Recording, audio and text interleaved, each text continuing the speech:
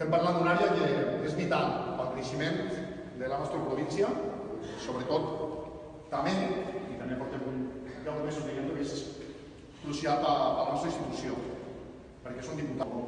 Las políticas de desarrollo urbano de la web, la agenda 2000 o el plan de transformación y recuperación. Ya está.